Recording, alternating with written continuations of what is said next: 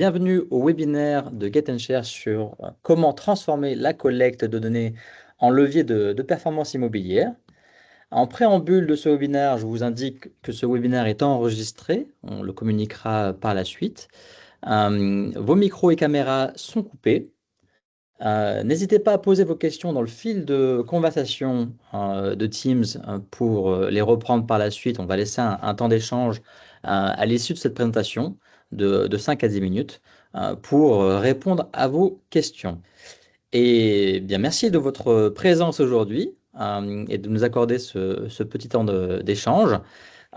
C'est avec grand plaisir. Donc aujourd'hui, autour de la table, Paul-Emmanuel, directeur général de Get Share, également présent Théophile Berthet, un des cofondateurs de la société Get Share, et puis accompagné aujourd'hui de Christophe Moll, chef de projet et administrateur SIG à Lille Métropole Habitat. Bonjour Christophe, bonjour Théophile.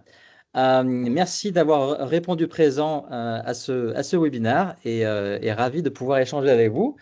Ce que je vous propose, c'est qu'on commence par un petit constat en introduction. Théophile, est-ce que tu peux prendre la main pour nous expliquer pourquoi le projet Get Share était nécessaire? Quelle était la genèse de ce projet? Bonjour à tous, merci Paul-Emmanuel. Donc le constat était très simple, il est parti d'un d'un sujet, on va dire, structurant et crucial, c'est la maîtrise de la donnée technique. Donc l'esprit, c'était de pallier, je dirais, à toutes ces données qui sont précieuses pour vous, mais bien souvent manquantes ou peu disponibles, donc des données souvent diffuses.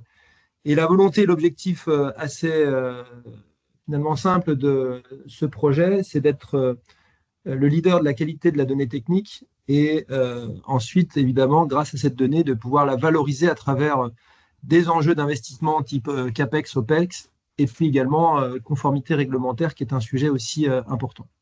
Donc nous, on se cantonne précisément à ça pour répondre à plusieurs usages qui sont largement partagés dans les grands gestionnaires de parcs, aussi bien, j'irais, l'usage premier qui est la base patrimoine à travers sa fiabilisation, donc ces campagnes de collecte qu'on verra plus tard, mais également sa mise à jour.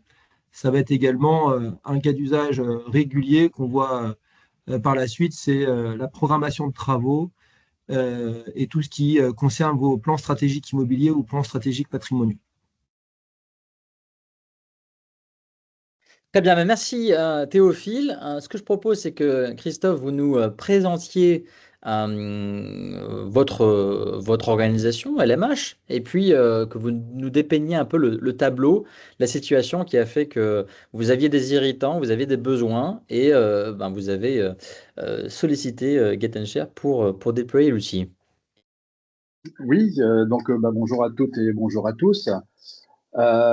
L'île Métropole Habitat, c'est un bailleur social en gestion d'un parc de 35 000 logements et d'environ 3 000 produits spécifiques. Ce que l'on appelle des produits spécifiques, ça peut être des commerces, des locaux associatifs, mais aussi du produit comme des logements étudiants ou des béguinages. On est donc répartis sur environ les 3/4 des communes de territoire de la métropole européenne de Lille qui en compte 95. C'est aussi un budget quand même de maintenance qui est d'un petit peu plus de 32 millions d'euros annuels.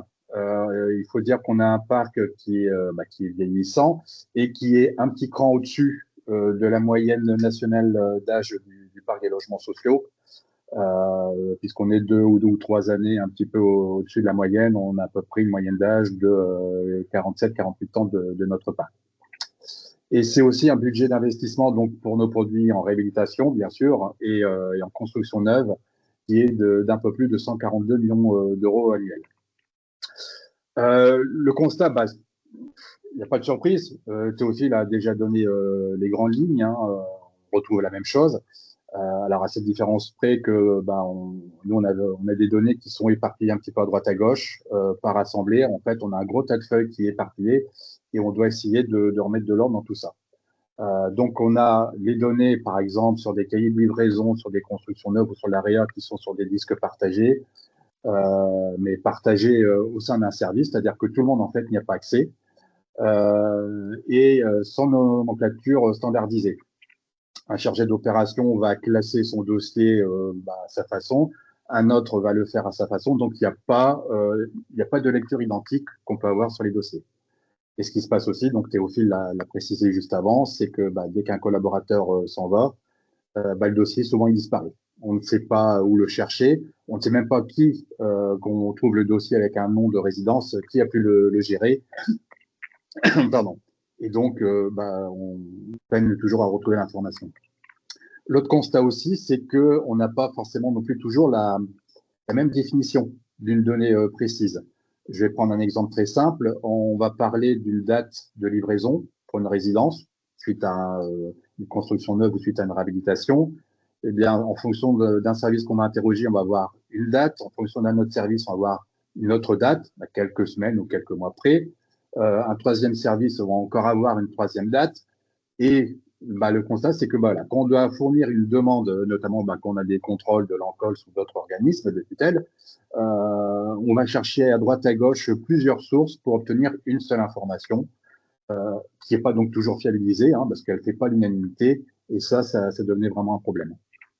On a essayé dans un premier temps de mettre en place une solution BIM pour pallier cela, sauf que la mise à jour de la donnée via les maquettes ne se faisait que par les états des lieux, donc ce qui était trop lent, et avec un outil qui est un outil quand même très poussé, qui donc ne faisait pas l'unanimité en termes d'usage en interne.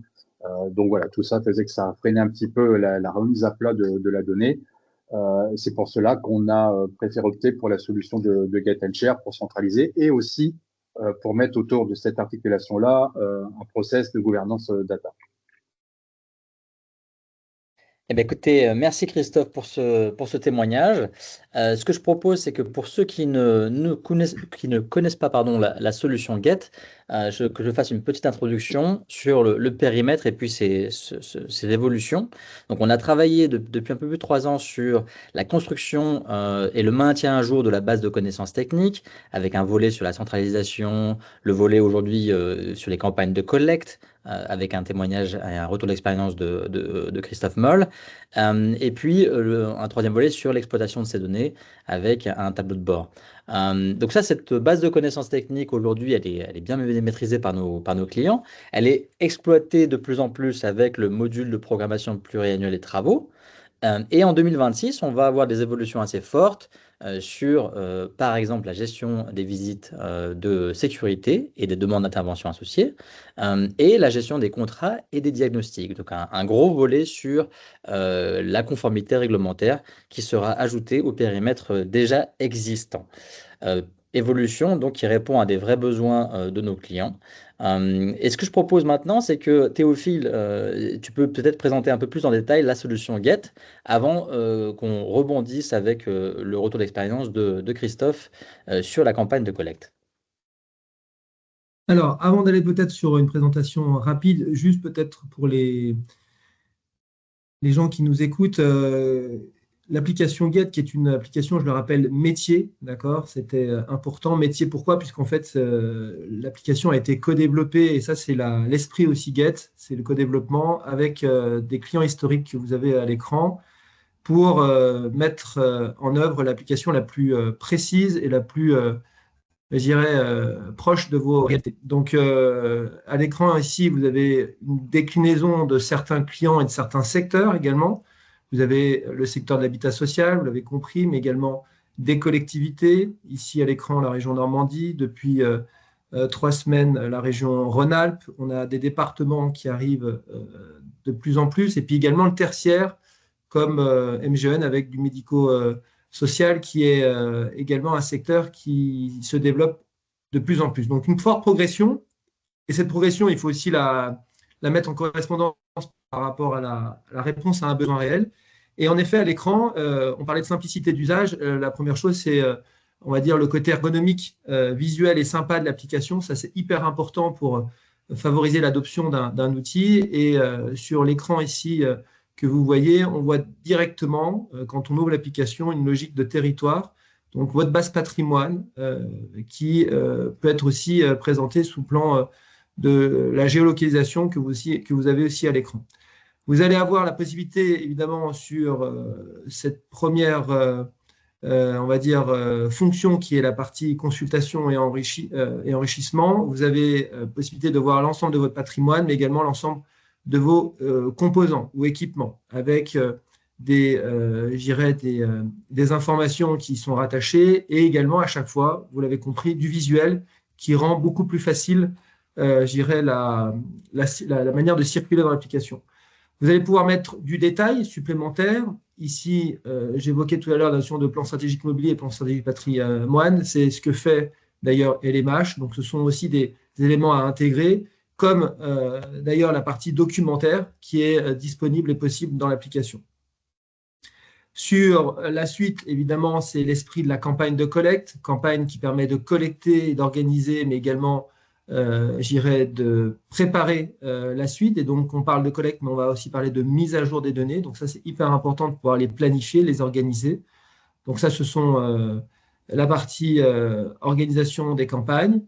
Et une fois qu'on a ces données, on va pouvoir commencer à les exploiter, à les analyser avec, des niveaux de détails qui sont rattachés soit aux composants, comme ici à l'écran, soit au niveau du patrimoine, comme l'écran suivant, mais également, on va pouvoir analyser de manière beaucoup plus chirurgicale à travers des configurations qu'on peut paramétrer et transférer à d'autres utilisateurs, justement pour simplifier l'exploitation de la donnée. Et puis, le côté également visuel qu'on a sur l'écran suivant, où là, vous avez possibilité avec des indicateurs, des KPI, des graphiques qui sont préparamétrés, de pouvoir faire émerger un certain nombre d'informations et donc de les partager plus facilement.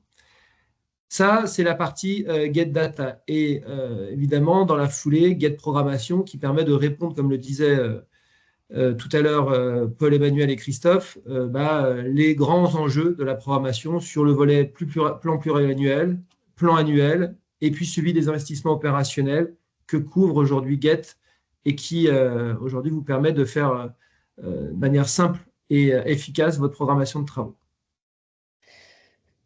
Et Très pour bien. finir, j'ai envie de dire, quand la boucle est bouclée, sur la dernière slide, évidemment, ces informations de programmation, pour des raisons évidentes, sont synthétisées, comme on peut le voir sur l'écran suivant, directement en base Get Data, ce qui permet, par exemple, à un agent de proximité de savoir ce qui se passe en termes de perspective de son bâtiment, de sa résidence, et ne pas avoir forcément à rentrer dans, l'onglet programmation. Lui, ce qui l'intéresse, c'est la synthèse. Qu'est-ce qui va se passer sur ces prochaines années? Voilà. Donc, c'est la boucle est bouclée quand on dit ça. C'est évidemment le lien natif entre Get Data, Get Programmation et inversement. Merci beaucoup, Théophile. Donc, ce que je propose maintenant, c'est qu'on rentre un peu dans le détail du sujet du jour, hein, c'est la collecte, avec le retour d'expérience de Christophe Mollet et de Lille Métropole Habitat. Christophe, voilà, comment est-ce que vous vous y êtes pris? Quelles ont été les grandes leçons de l'organisation de cette campagne? Et puis, quels sont les résultats que vous avez pu observer? Alors, donc on a lancé une première campagne qui a permis aussi de lancer le déploiement de l'outil dans un premier temps, premier phasage auprès de nos agences cet été, en juillet-août. Donc l'outil a été d'abord déployé auprès de ce qu'on appelle chez nous les GTS, les gestionnaires techniques de site. Donc ce sont des équipes de terrain qui gèrent à peu près un panel de 600 logements et qui s'occupent essentiellement de tout ce qui est réclamation technique au sein des logements et de la réalisation des états des lieux. On n'a absolument pas du tout écouté les conseils de Get & Share qui nous préconisaient pour une première campagne, prenez un ou deux composants maximum, peut-être une ou deux caractéristiques. On est parti de en tête sur 36 composants.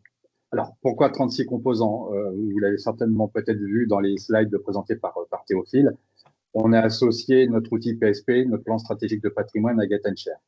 Et donc, notre cellule PSP avait ce besoin impératif de pouvoir avoir un état de parc pour établir la note technique et la mettre dans ce PSP. Et donc, cet état de parc, ça correspond à ces 36 composants pour lesquels on a demandé donc à ces gestionnaires techniques d'aller collecter l'information sur le terrain.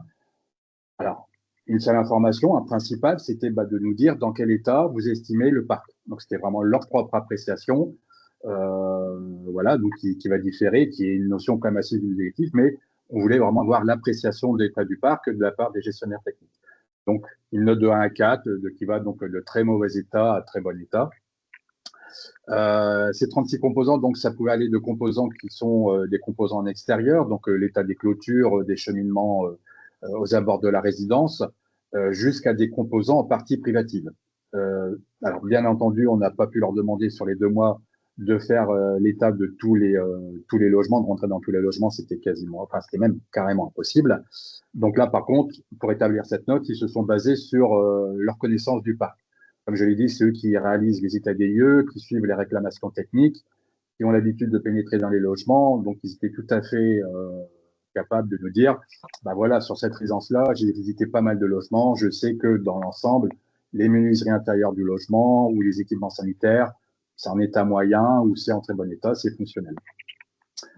Donc, à ça, on leur a demandé aussi de l'associer avec une photo du parc. J'y reviendrai tout à l'heure. Donc voilà, donc ça fait quand même 35 000 logements, alors plutôt des bâtiments, parce qu'on a demandé de faire la note aux bâtiments, donc ça fait à peu près l'équivalent de 2200 bâtiments à recenser auprès des gestionnaires techniques, donc qui sont une cinquantaine répartis sur 5 agences.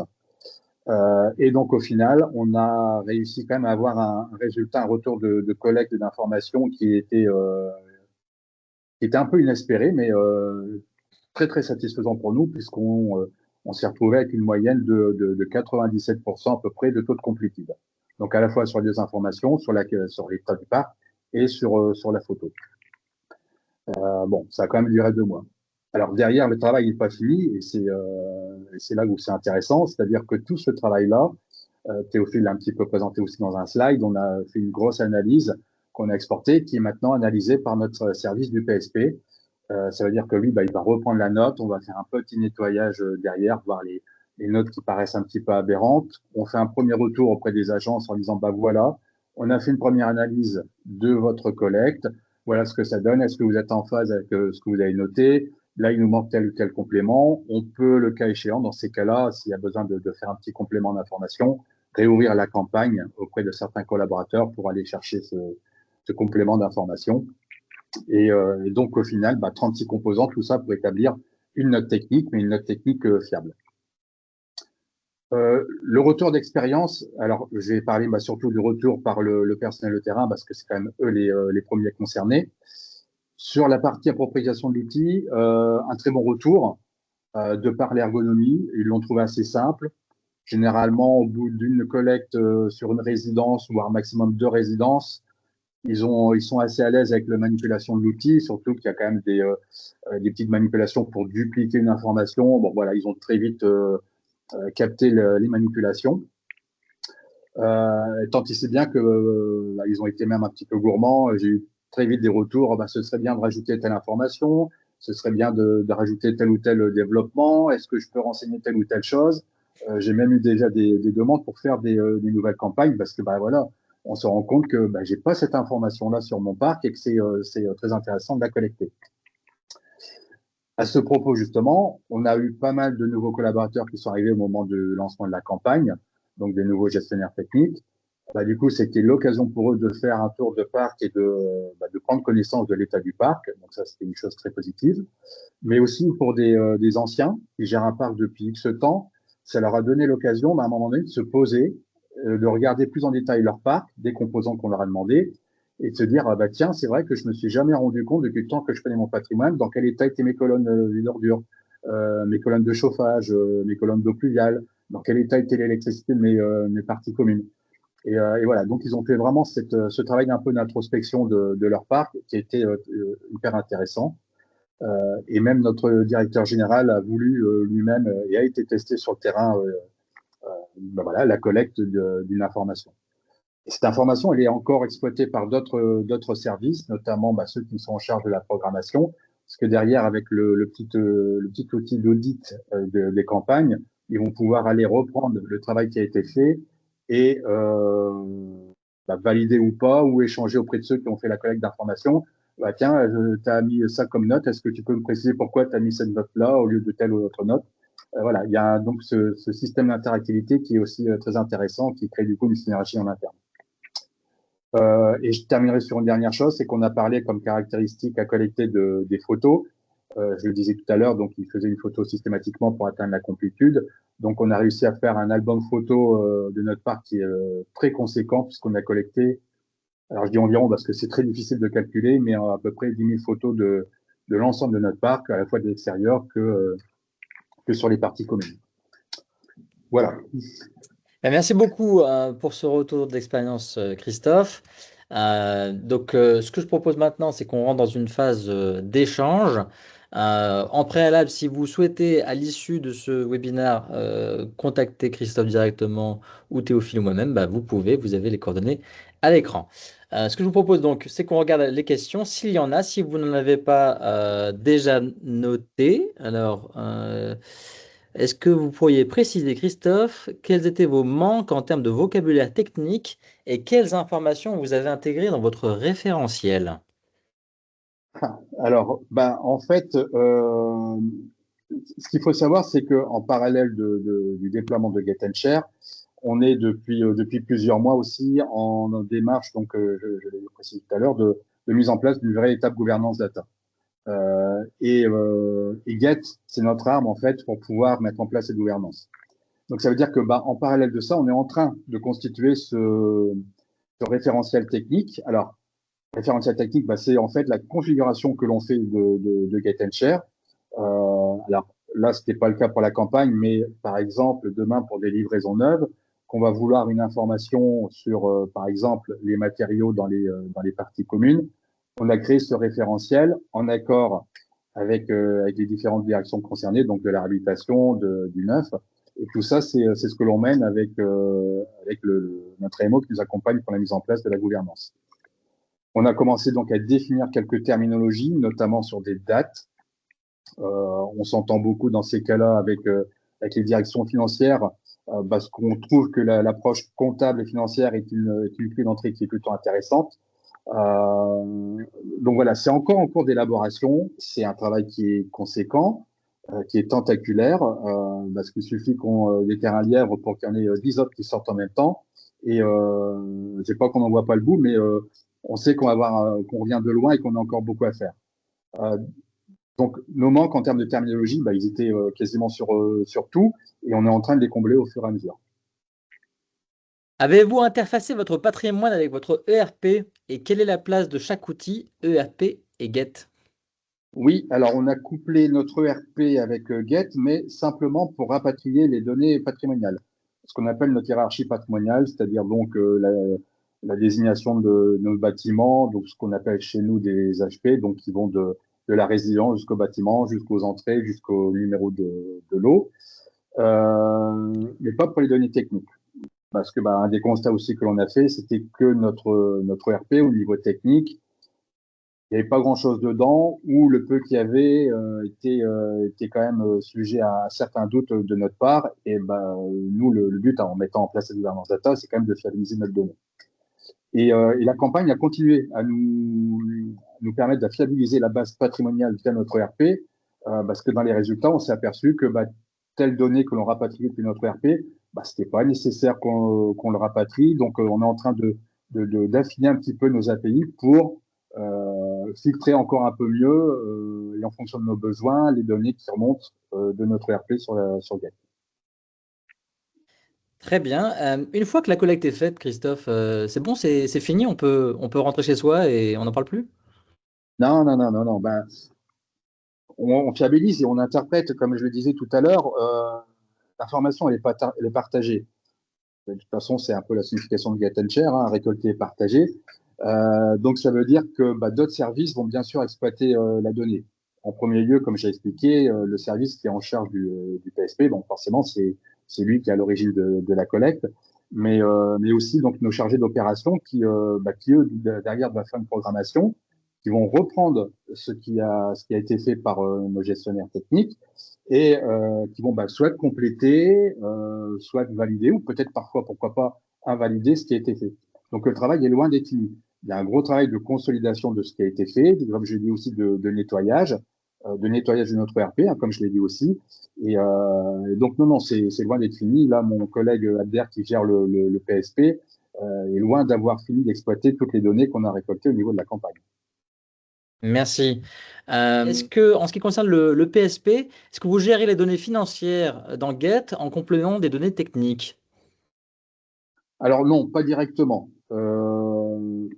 Notre fiche PSP telle qu'on l'a configurée dans Get and Share va reprendre la note financière. Mais là, pour l'instant, ça reste encore une donnée qui figure dans les tableaux de bord créés et gérés directement par notre cellule PSP, mais qu'après, on va rapatrier dans Get via les imports en masse. Très bien. Et une question aussi intéressante sur le BIM, là. Quels sont les avantages de passer uniquement sur de la data plutôt que du BIM et donc de la maquette? Alors, j'aime bien ce qui est marqué entre parenthèses, à cause d'Active 3D, point d'interrogation. Oui, parce qu'en fait, Active 3D, c'est notre outil. Alors, le BIM, ça fait un petit bout de temps qu'on l'a initié chez nous. Et en fait, voilà, très, très honnêtement et très humblement, je pense à l'époque, on a pris un petit peu le problème à l'envers. C'est-à-dire qu'on est certainement parti un peu sur l'effet de mode de la maquette qui est très tape à l'œil, qui fait beau, qui fait super chouette, qui en jette plein les yeux. Et on ne s'est pas attaché, avant de se lancer sur la numérisation de notre parc et donc sur la réalisation de maquettes, à consolider notre data technique. Et je pense qu'on aurait peut-être dû faire comme ça. C'est-à-dire d'abord consolider notre base technique, avoir une base vraiment solide. Après, on numérisait et on associait la data aux maquettes. Bon, comme je l'ai expliqué, voilà, on était très limité sur l'intégration de data parce qu'on ne faisait que la mise à jour avec des états des lieux, avec un turnover qui chez nous, d'année en année, baisse petit à petit. On aurait passé des années avant d'avoir une base complètement à jour. Donc, c'est pas que lié à Active 3D, même si en termes d'ergonomie, l'outil, voilà, il n'a pas fait l'unanimité chez nous parce que il est quand même très très très poussé. C'est presque, j'ai envie de dire, un outil expert hein, pour des spécialistes du BIM. Le mettre entre justement les mains d'un gestionnaire technique de site, pas sûr que ça fonctionne. Sauf avec des personnes qui vraiment ont une belle appétence avec ce type d'outils. J'en profite pour rebondir là-dessus. Vous avez fait tout ce travail de numérisation d'une grosse partie de votre parc. Et cette numérisation donc, ne sera pas perdue puisque vous pourrez retrouver ces plans, ces maquettes dans Get directement à Voilà. partir de l'année prochaine.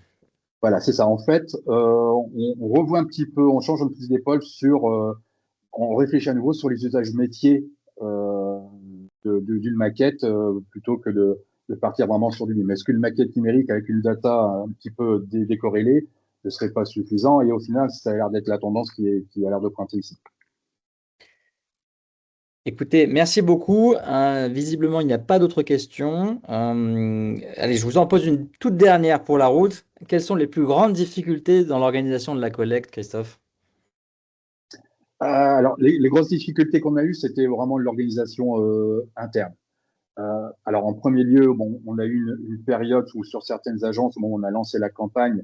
Il y a eu un petit turnover au niveau des gestionnaires techniques de site. Donc, bon, voilà, des nouveaux arrivants, on leur bombarde tout de suite la campagne à réaliser. Donc, voilà, faut les accompagner plus. Euh, on a eu un frein, on va dire, entre guillemets, technologique. L'outil est facile à déployer sur la flotte aussi bien de tablettes que de téléphones portables. On a quand même certains collaborateurs qui étaient encore dotés d'anciens smartphones un peu vétustes et on a eu du mal à installer l'application. Bon, heureusement, ils avaient des tablettes pour contrecarrer ça. Et un autre frein, pareil, c'est organisationnel. C'est la répartition en fait du parc, du portefeuille de résidence auprès de nos gestionnaires techniques. On voulait dans la configuration de Get que ce soit simple et c'est vrai qu'on l'a dit c'est simple, c'est un patrimoine dédié. Et voilà, on n'a qu'à cliquer sur le bouton de Get and Share pour dire, bah voilà, on associe le parc au gestionnaire. Sauf que la réalité, c'est beaucoup plus complexe. Un gestionnaire peut avoir une partie de cette organisation en gestion, une autre partie ailleurs. Voilà, c'est un petit peu partagé, c'est un petit peu mixé. Et ça aussi, ça a été un petit peu un casse-tête pour moi quand j'ai configuré la campagne, j'avoue. Mais c'est notre organisation interne qui veut ça. Ok, bah écoutez Christophe, un grand merci, vraiment, Merci c'était à un vous. super retour et j'espère que vous participants, vous avez pu en bénéficier également. Sur ce, ce webinaire se conclut. Je vous souhaite une excellente journée et à bientôt.